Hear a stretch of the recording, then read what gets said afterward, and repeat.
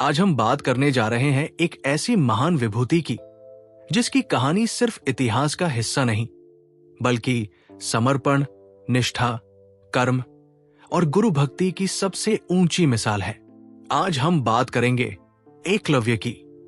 एकलव्य जो ना किसी गुरुकुल में पढ़े, ना किसी राज परिवार से थे, ना ही किसी विशेष सुविधा के मालिक, लेकिन जिनकी लगन, तपस्या और त्याग आज भी पूरे विश्व में प्रेरणा बनकर चमकते हैं। ये कहानी सिर्फ एक छात्र की नहीं, ये एक साधक की कहानी है जो गुरु का सिर्फ नाम ही नहीं बल्कि गुरुतत्व को भी पूछता है।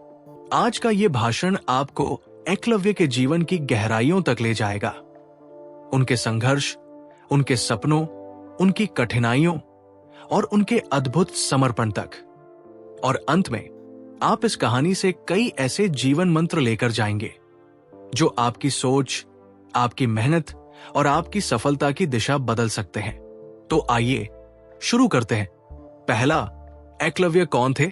सामान्य नहीं, असाधारण बालक। महाभारत के विशाल इतिहास में अनेक पात्र ऐसे मिलते हैं जो अपने साहस, बुद्धिमत्ता, युद्ध कौशल या रणनीति के लिए प्रसिद्ध हुए। लेकिन एकलव्य वो नाम है जो न तो राजमहलों में पला, न युद्ध भूमि में जन्मा, न किसी महान गुरु के सान्निध्य में बढ़ा। फिर भी वो अमर हुआ अपने चरित्र, समर्पण और गुरु भक्ति के कारण। एकलव्य निषाद वंश में जन्मा था। निषाद समुदाय जंगलों से जुड़ा, प्रकृति से घनिष्ठ रूप से संबद्ध और समाज की परंपरागत व्यवस्था में निम्न समझा जाने वाला वर्ग था। लेकिन किसी भी युग में महानता का उद्गम जन्म नहीं, जज्बे में होता है, और यही एकलव्य की कहानी का मूल है। उसका जन्म किसी राज परिवार में नहीं हुआ था, लेकिन उसकी आत्मा में एक राजसी तेज था, अपने लक्ष्य को पाने का, स्वयं को साबित करने का और अपनी सीमित परिस्थितियों के बावजूद सर्वोच्च ऊंचाइयों तक पहुंचने का। एकलव्य बचपन से ही साहसी, सजग और तेज बुद्धि वाला था। जंगल उसका विद्यालय था। पेड़, हवा, नदी, जानवर और उसके पहले गुरु। उसी प्रकृति ने उसे सिखाया कि दुनिया में जीवित रहने के लिए कौशल चाहिए, एकाग्रता चाहिए और अपने अस्तित्व के लिए संघर्ष चाहिए। यही संघर्ष आगे चलकर उसके अद्वितीय व्यक्तित्व की नींव बना। धनुर्विद्या का आकर्षण उसमें जन्मजात था। जब जंगल में शिकार के दृश्यों को देखा, जब धनुष की टंकार सुनी, जब देखा कि कैसे एक क्षण का ध्यान और एक क्षण का विचलन लक्ष्य को प्रभावित करता है, तभी उसके मन में एक आग जल उठी। एकलव्य ने महसूस किया कि धनुर्विद्या सिर्फ कला नहीं, एक साधना है। ये मन, बुद्धि और शरीर का संतुलन है। लेकिन एकलव्य सिर्फ एक महान धनुर्धर बनना नहीं चाहता था, वो दुनिया का सर्वश्रेष्ठ धनुर्धर बनना चाहता था। और जब सर्वश्रेष्ठ की बात आती है तो एक नाम अनिवार्य रूप से उभरता था, गुरु द्रोणाचार्य। वो न सिर्फ धनुर्विद्या के महान आचार्य थे बल्कि कौरवों पांडवों के गुरु होने के कारण समाज में उच्चतम सम्मान के पात्र थे। एकलव्य ने बचपन से ही द्रोणाचार्य की कथाएं सुनी थी कि वे कैसे असंभव को संभव कर देते हैं, कैसे वे साधारण बालक को भी असाधारण योद्धा बना देते हैं। एकलव्य की आंखों में सपने जगने लगे। उसने सोचा कि यदि जीवन में किसी महानता को पाना है तो गुरु द्रोणाचार्य ही उसका मार्गदर्शक बन सकते हैं। किंतु उस समय का सामाजिक ढांचा कठोर था। जाति और वंश के आधार पर शिक्षा का अधिकार निर्धारित था और निषाद समुदाय का बालक गुरुकुल में प्रवेश नहीं पा सकता था। इसके बावजूद एकलव्य ने कभी स्वयं को छोटा नहीं समझा। उसकी आत्मा की आवाज कहती थी कि प्रतिभा का मूल्य जन्म से नहीं, मेहनत और त्याग से तय होता है। एकलव्य का मन जितना दृढ़ था उतना ही विनम्र भी। वो अहंकार से भरा नहीं था कि सब कुछ स्वयं हासिल कर लेगा। उसके भीतर सच्चे गुरु की प्यास थी। वो समझता था कि गुरु का आश्रय ज्ञान की जड़ है। इसलिए एक दिन वो आत्मविश्वास और विनम्रता के साथ गुरु द्रोणाचार्य के सामने पहुंचा। लेकिन संसार हमेशा आदर्शों जैसा नहीं होता। द्रोणाचार्य ने उसे शिष्य रूप में स्वीकार नहीं किया, क्योंकि उनका कर्तव्य मात्र राजकुमारों को शिक्षा देना था। ये बात किसी भी बालक के लिए निराशाजनक होती, लेकिन एकलव्य का हृदय कांच की तरह नहीं था कि टूट जाए। वो पर्वत की तरह था, जो तूफानों को झेलकर भी स्थिर खड़ा रहता है। द्रोणाचार्य ने भले उसे स्वीकार नहीं किया, लेकिन एकलव्य के लिए यही क्षण निर्णायक बन गया।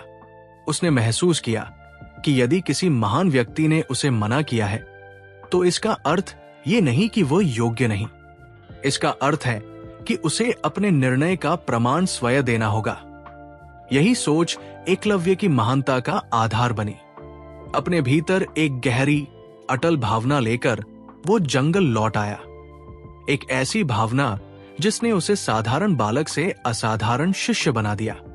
उसने मिट्टी से गुरु द्रोण की प्रतिमा बनाई, उसे प्रणाम किया और उसी क्षण से स्वयं को गुरु द्रोणाचार्य का शिष्य मान लिया।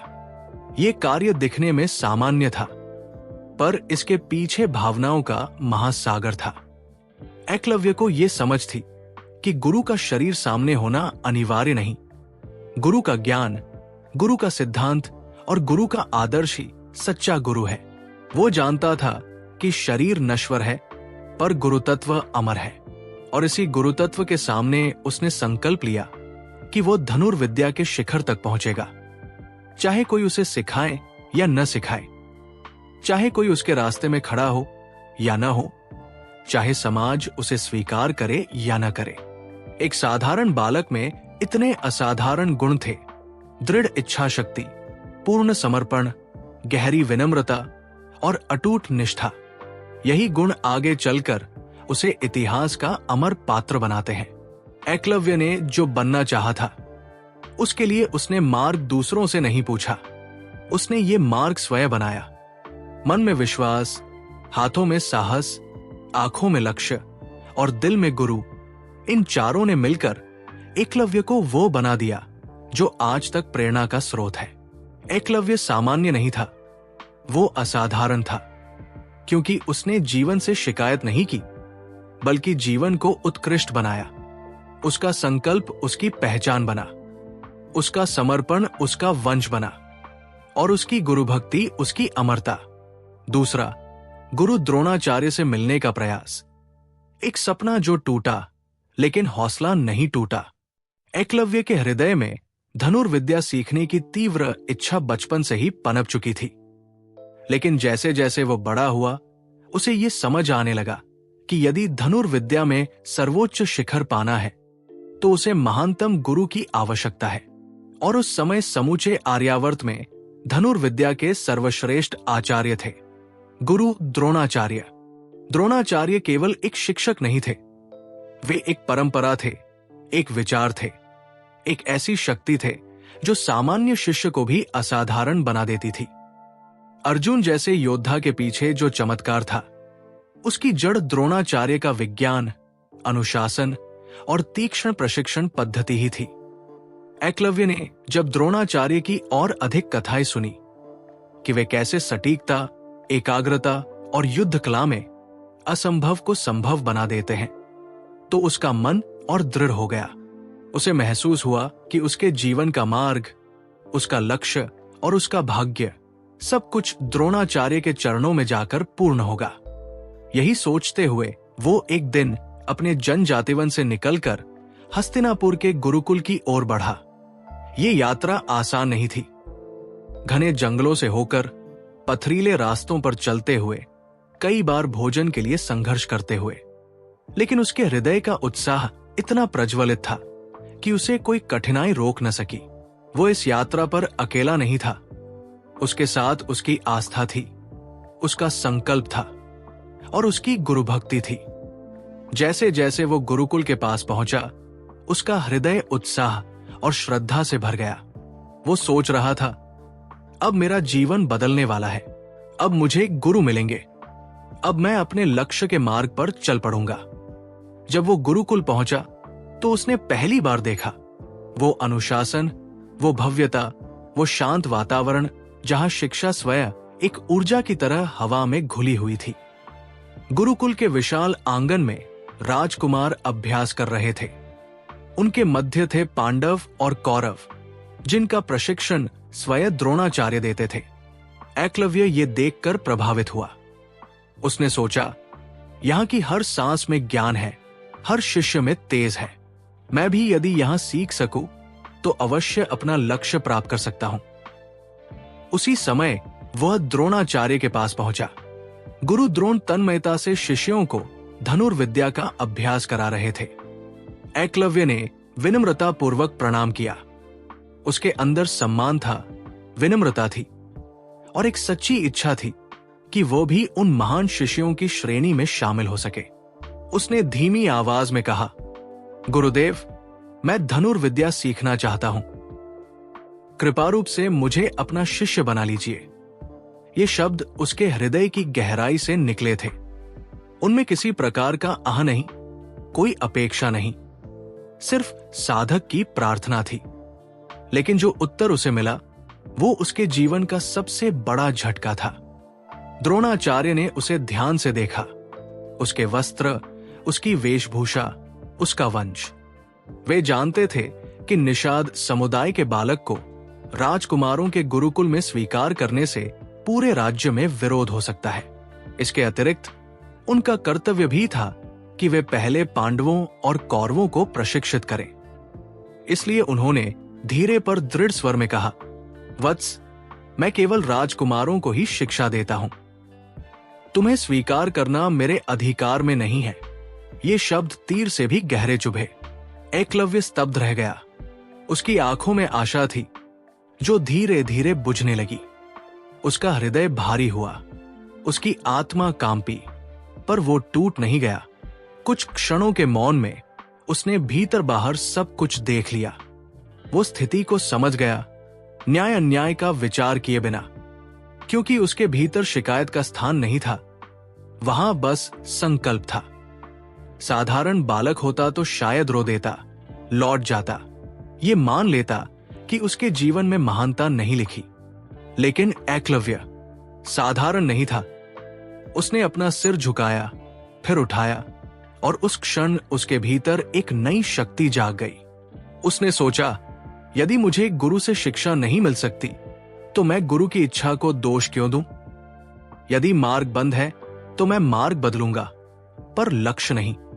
द्रोणाचार्य के शब्द भले निराशाजनक थे, लेकिन एकलव्य के भीतर के साधक ने उस निराशा को शक्ति में बदल दिया।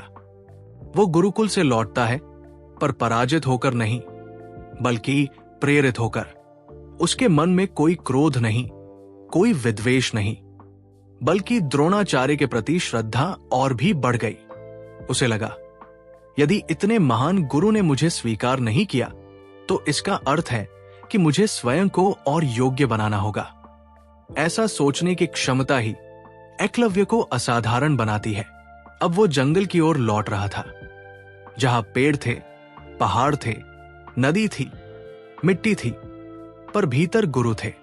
उसकी दुनिया भले खाली लगती थी, लेकिन उसकी आत्मा पहले से कहीं अधिक भरी हुई थी। लौटते हुए उसके मन में एक ही विचार चल रहा था, गुरुदेव ने मुझे शिक्षित नहीं किया, पर उन्होंने मुझे दिशा दी है। अब मुझे रास्ता स्वयं बनाना है। उस क्षण एकलव्य का चरित्र आकार लेने लगा। गुरुकुल के द्वार उसके लिए बंद हो चुके थे, लेकिन उसके मन का द्वार खुल चुका था। ये वही क्षण था जब उसका सपना टूटा, पर हौसला नहीं टूटा। ये वही मोड़ था जहां अधिकांश लोग हार मान लेते, लेकिन एकलव्य ने संकल्प का दीप जलाया। ये वही क्षण था जिसने उसे इतिहास का अमर चरित्र बना दिया। हर महान व्यक्ति के जीवन में एक क्षण आता है जब उसे अस्वीकार किया जाता है, और वही क्षण तय करता है कि वो व्यक्ति टूटेगा या तपेगा। एकलव्य टूटने वालों में से नहीं था, वो तपने वालों में से था। गुरु ने उसे शिष्य नहीं माना, लेकिन उसने गुरु को गुरु मानना नहीं छोड़ा। यही उसकी कहानी की आत्मा है। उसके भीतर यह विश्वास प्रबल हो चुका था कि गुरु की कृपा पाने का मार्ग केवल स्वीकार्यता नहीं, समर्पण है।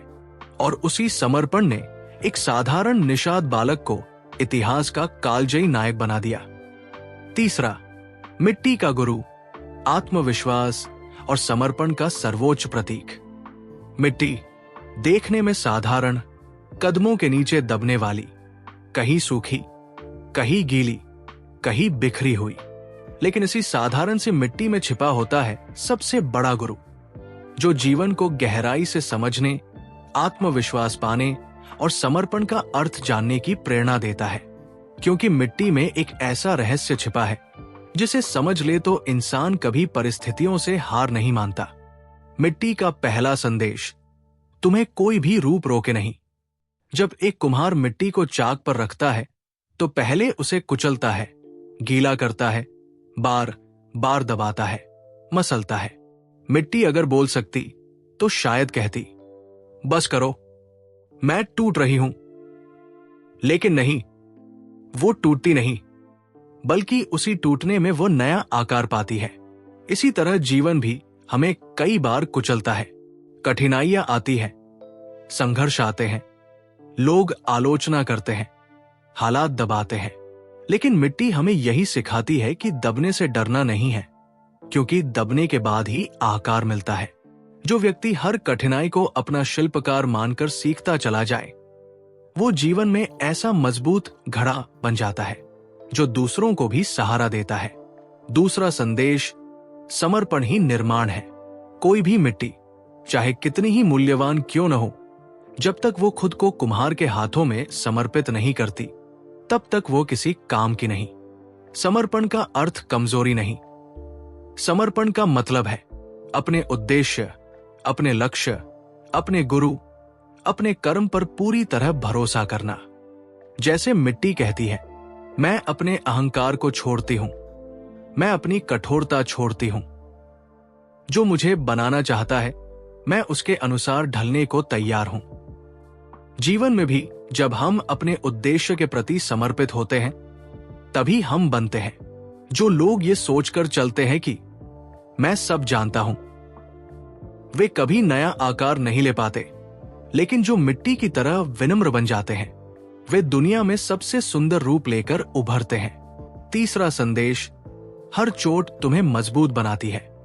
जब कुम्हार घड़ा बनाने के बाद उसके ऊपर थपकी देता है, तो वो थपकी वास्तव में एक परीक्षा होती है। अगर घड़ा कमजोर है तो टूट जाएगा, अगर मजबूत है तो आवाज देगा, ठन ठन, तैयार हूं।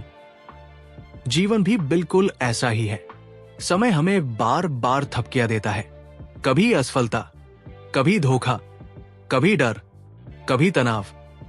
ये घड़े को तोड़ने वाली चोट नहीं, बल्कि मजबूत बनाने वाली परीक्षा है। मिट्टी कहती है, मत घबराओ, ये चोटें तुम्हें परखने आई हैं, गिराने नहीं। चौथा संदेश, सूखना भी जरूरी है। मिट्टी को आकार देने के बाद उसे कुछ समय के लिए छोड़ दिया जाता है। क्यों? क्योंकि उसे सूखना है। अगर घड़ा बिना सूखे भट्ठी में जाएगा तो फट जाएगा। ये जीवन का बहुत गहरा संदेश है। हर सफलता से पहले धैर्य का समय आता है, उसे स्वीकार करो। कभी कभी रुकना ही आगे बढ़ने की तैयारी होती है। कई लोग जीवन में तेजी से सफल होना चाहते हैं, बिना रुके, बिना सीखे, बिना ठहरे। लेकिन मिट्टी कहती है, थोड़ा ठहरो, अभी तुम्हारी मजबूती कम है। जब तुम सूख जाओगे तभी तुम्हें तपाया जा सकता है। पांचवा संदेश, ताप से डरना नहीं, वही तब तुम्हें कीमती बनाता है। भट्ठी की आग इतनी गर्म कि कमजोर मिट्टी को पल भर में चूर कर दे, लेकिन जो मिट्टी पहले अपने आप को चाक पर ढलने दे चुकी है, जो धैर्य से सूख चुकी है, वो आग में भी निखरती है। भट्ठी का आग में तपना ही मिट्टी को घड़े से कलाकृति, साधारण से उपयोगी, कमजोर से मजबूत बना देता है। जीवन की आग भी ऐसी ही होती है। कठिन समय, परीक्षाएं, संघर्ष, जिम्मेदारियां, ये हमें जलाने नहीं आती, बल्कि हमारे भीतर छिपी शक्ति को बाहर लाती है। मिट्टी का गुरु हमें ये सिखाता है, अगर जीवन की आग से डरोगे तो बिखर जाओगे, अगर उसे स्वीकार करोगे तो चमक जाओगे। छठा संदेश, खाली होना जरूरी है। घड़ा बनने का असली रहस्य क्या है? उसका खाली होना। अगर घड़ा भीतर से भरा होगा तो वो किसी का पानी नहीं रख पाएगा। मिट्टी कहती है, खाली रहो, तभी दूसरों के लिए उपयोगी बनोगे। जीवन में भी जब हम अपने मन को अहंकार से, भय से, नकारात्मकता से, क्रोध से, ईर्ष्या से खाली करते हैं, तभी हम ज्ञान, प्रेम, सफलता और अवसरों को संभाल पाते हैं। 7वां संदेश, हर घड़ा एक उद्देश्य लेकर बनता है। कोई घड़ा पानी के लिए बनता है, कोई दीपक के लिए, कोई पूजा में चढ़ाया जाता है, कोई किसी पेड़ को पानी देता है। मिट्टी किसी भी उद्देश्य से छोटा महसूस नहीं करती। वो कहती है, जो भी मेरा उद्देश्य है वही मेरा महत्व है। जीवन में भी हमें अपने उद्देश्य को पहचान कर उसी में श्रेष्ठ बनना है। दूसरों से तुलना मिट्टी को मंजूर नहीं। वो जानती है कि हर रूप में उसका अपना दिव्य मूल्य है। अंतिम संदेश, तुम भी मिट्टी जैसे बनो। मिट्टी ये नहीं सोचती कि वो एक दिन राजा के महल में शोभा बढ़ाएगी या किसी गरीब की कुटिया में चूल्हा बनेगी। वो सिर्फ एक चीज जानती है, समर्पण, विश्वास और निरंतरता से सुंदरता अपने आप आती है। जीवन में भी यही सूत्र है। हालात तुम्हें दबाए मत डरना, मुश्किलें तुम्हें तोड़े मत रुकना, समय तुम्हें तपाए मत झुकना, मंजिल देर से आए मत घबराना। क्योंकि जिस मिट्टी ने समर्पण और आत्मविश्वास सीख लिया, उसे कोई भट्ठी, कोई तपिश, कोई मुश्किल रोक नहीं सकती। चौथा, स्वाध्याय वो साधना जिसमें गुरु नहीं थे पर गुरु तत्व था। एकलव्य ने किसी से न सीखा, किसी को परेशान नहीं किया, किसी से शिकायत नहीं की। उसने अपने अभ्यास में ही गुरु को तलाश लिया।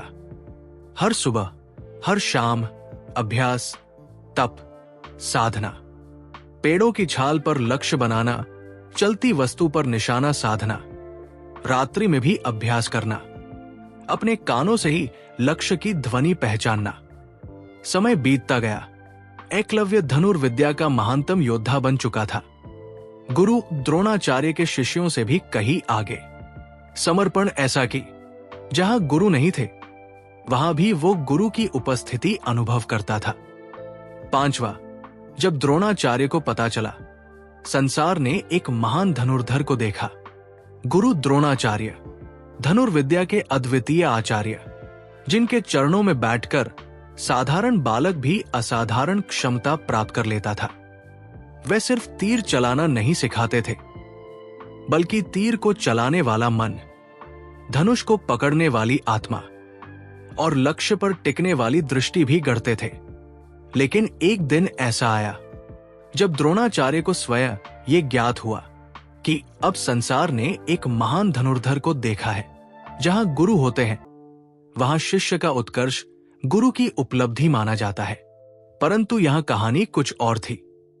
ये कहानी उस क्षण की है जब गुरु का हृदय गौरव, प्रेम और आश्चर्य से भर उठा। धनुर्धर का निर्माण वर्षों की तपस्या का परिणाम।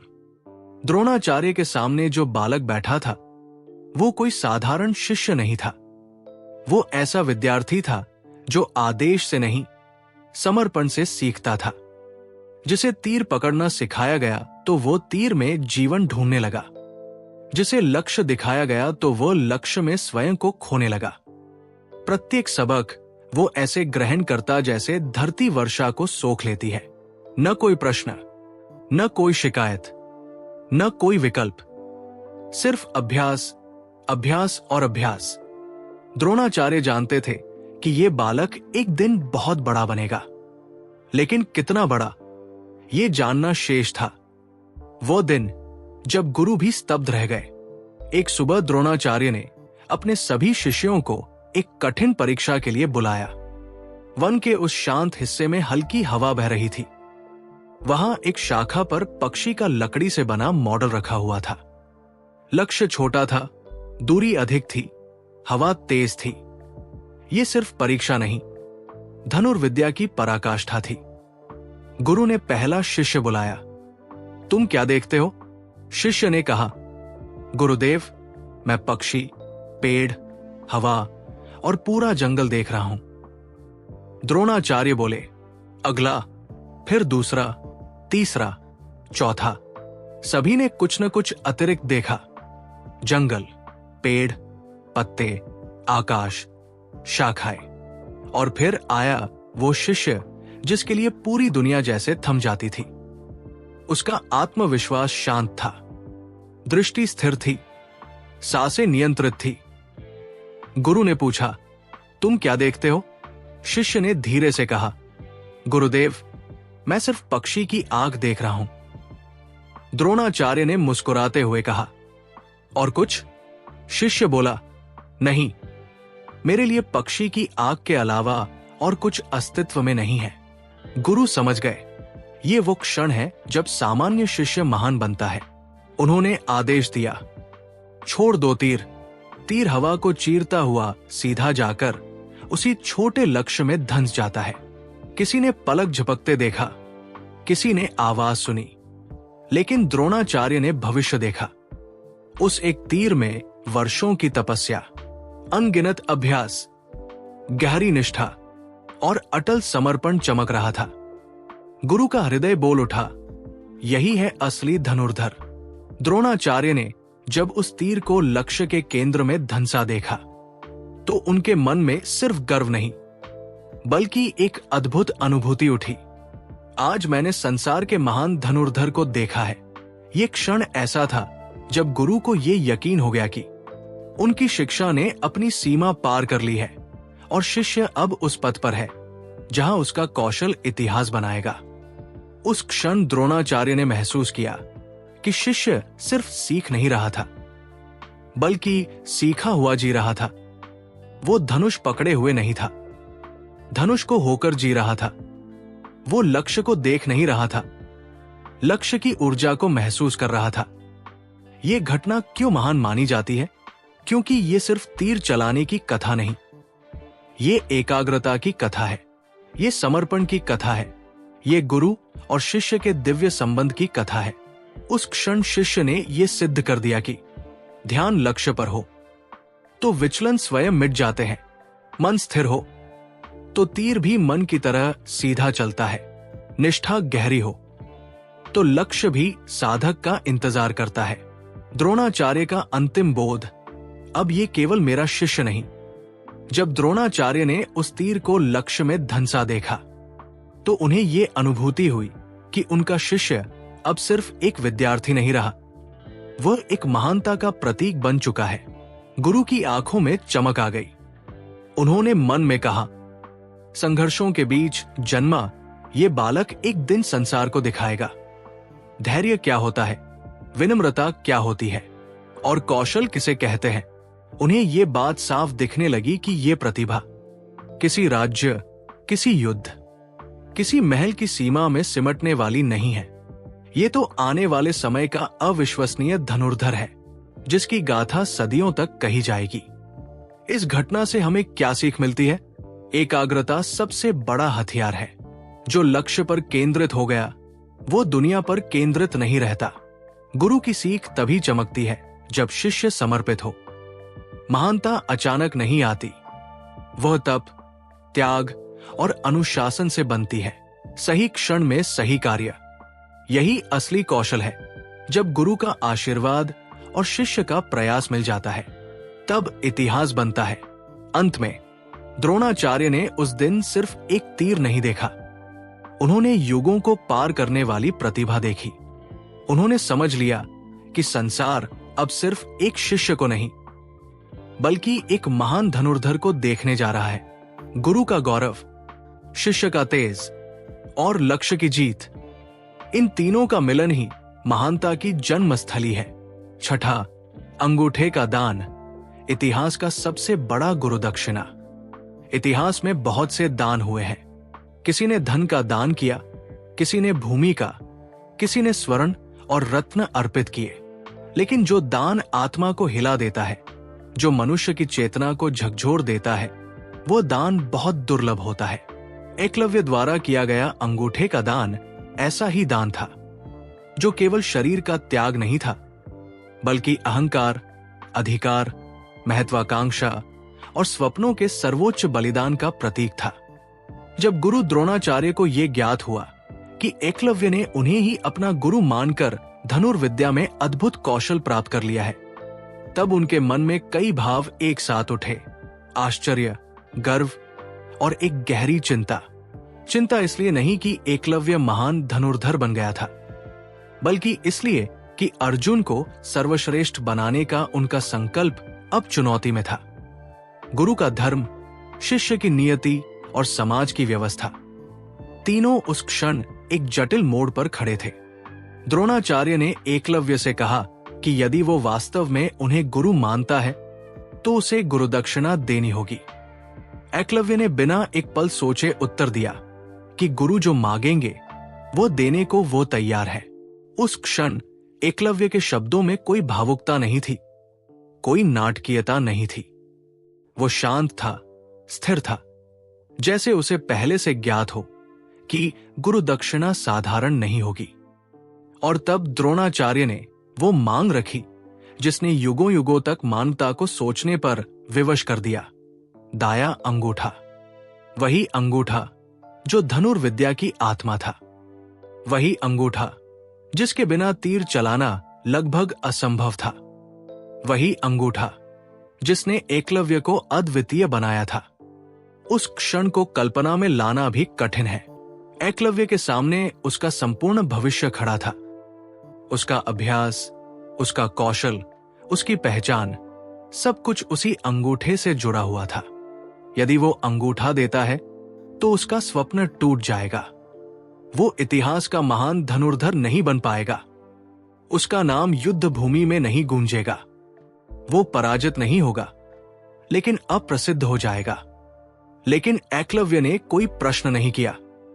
उसने ये नहीं पूछा कि क्यों। उसने ये नहीं कहा कि ये अन्याय है। उसने ये भी नहीं कहा कि उसने तो कभी औपचारिक शिक्षा ली ही नहीं। उस क्षण उसने गुरु को तर्क से नहीं, श्रद्धा से देखा। उसके लिए गुरु का वचन ही अंतिम सत्य था। एकलव्य ने अपना अंगूठा काटा और उसे गुरु के चरणों में अर्पित कर दिया। न कोई चीख, न कोई विलाप, न कोई पछतावा। वो पीड़ा को सहते हुए भी शांत था, क्योंकि उसकी चेतना पीड़ा से ऊपर उठ चुकी थी। उस रक्त में सिर्फ दर्द नहीं था, उसमें समर्पण था, निष्ठा थी, और वो अद्भुत शक्ति थी जो केवल सच्ची भक्ति से जन्म लेती है। ये अंगूठे का दान केवल एक शारीरिक बलिदान नहीं था, ये उस अहंकार का बलिदान था जो कहता है कि मैं सर्वश्रेष्ठ बनूंगा। ये उस इच्छा का बलिदान था जो कहती है कि दुनिया मुझे पहचाने। ये उस महत्वाकांक्षा का बलिदान था जो कहती है कि मेरा नाम इतिहास में लिखा जाए। एकलव्य ने इन सबको एक ही क्षण में त्याग दिया। द्रोणाचार्य भी उस दृश्य से भीतर तक हिल गए थे। उन्होंने गुरुदक्षिणा स्वीकार की, लेकिन उनका मन जानता था कि उन्होंने केवल अंगूठा नहीं लिया है, उन्होंने एक युग की महान संभावना को भी रोक दिया है। यह निर्णय धर्म और राजनीति के बीच लिया गया निर्णय था, लेकिन उसका मूल्य एकलव्य ने चुकाया। फिर भी इतिहास का निर्णय कुछ और ही था। एकलव्य भले ही युद्ध भूमि में सबसे बड़ा धनुर्धर न बन पाया हो, लेकिन वो चरित्र की उस ऊंचाई पर पहुंच गया जहां बहुत कम लोग पहुंच पाते हैं। उसने ये सिद्ध कर दिया कि सच्ची महानता हथियारों से नहीं, त्याग से आती है। उसने ये दिखा दिया कि गुरु के प्रति समर्पण शब्दों से नहीं, कर्म से प्रकट होता है। आज जब हम गुरु दक्षिणा शब्द का उच्चारण करते हैं तो अक्सर उसे औपचारिकता मान लेते हैं, कुछ धन, कुछ उपहार।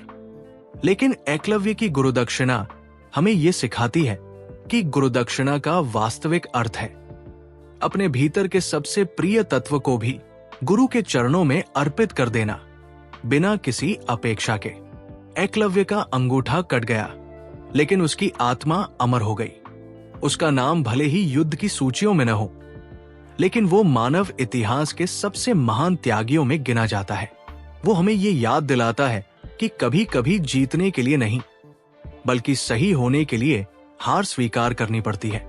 ये दान इसलिए महान नहीं था कि वो पीड़ादायक था, ये दान इसलिए महान था क्योंकि वो स्वेच्छा से दिया गया था।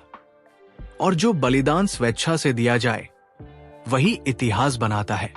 एकलव्य उस दिन धनुर्धर नहीं रहा, लेकिन वो उस दिन मनुष्य से ऊपर उठकर आदर्श बन गया। और यही कारण है कि अंगूठे का ये दान केवल महाभारत की कथा नहीं, बल्कि मानव चेतना की सबसे ऊंची परीक्षा बन गया। 7वां और अंतिम अध्याय एकलव्य की कहानी से 10 जीवन मंत्र जो आपकी सोच बदल देंगे। 1. परिस्थितियां बाधा नहीं, अवसर है। आपके पास संसाधन नहीं, कोई सिखाने वाला नहीं, कोई समर्थन नहीं, तो याद रखिए एकलव्य के पास भी नहीं था, फिर भी वो महान बना। 2. सच्चे गुरु की तलाश मन में होती है, गुरु का शरीर नहीं। गुरु तत्व महत्वपूर्ण है। 3. स्वाध्याय सबसे शक्तिशाली साधना है, खुद से सीखा हुआ ज्ञान सबसे गहरा होता है। 4. लक्ष्य एक हो तो साधना सफल होती है। एकलव्य की जिंदगी में एक ही लक्ष्य था, इसलिए वो सफल हुआ। 5. त्याग के बिना महानता नहीं मिलती, महानता का रास्ता आसान नहीं होता। 6. विनम्रता सबसे बड़ी शक्ति है, एकलव्य की सबसे बड़ी ताकत थी उसकी विनम्रता। 7. प्रशंसा से नहीं, अभ्यास से कौशल बनता है, अभ्यास ही आपको महान बनाता है। 8. नकारात्मकता को चुनौती बनाओ, गुरु ने मना किया, एकलव्य ने हार नहीं मानी। 9. गुरु दक्षिणा का अर्थ पहचान नहीं, समर्पण है, सच्चा समर्पण हमेशा याद रखा जाता है। 10. आपका चरित्र ही आपकी पहचान है। धनुर्विद्या वाले योद्धा बहुत हुए, पर चरित्रवान एकलव्य जैसे बहुत कम। दोस्तों, एकलव्य की कथा सिर्फ इतिहास की कहानी नहीं है, ये प्रेरणा का महासागर है। आज अगर आप जीवन में कुछ बड़ा करना चाहते हैं, एकलव्य को याद कीजिए। जब साधन ना हो तो संकल्प बनाइए, जब शिक्षक ना मिले तो खुद को शिक्षक बनाइए, जब रास्ते बंद हो तो अपना रास्ता खुद बनाइए, और सबसे महत्वपूर्ण, जिसे भी गुरु माने उसका सम्मान अपने कर्मों से कीजिए। अगर इस भाषण ने आपको प्रेरित किया तो वीडियो को लाइक करें, कमेंट में जय एकलव्य लिखकर अपनी ऊर्जा प्रदर्शित करें और चैनल को सब्सक्राइब करना न भूलें।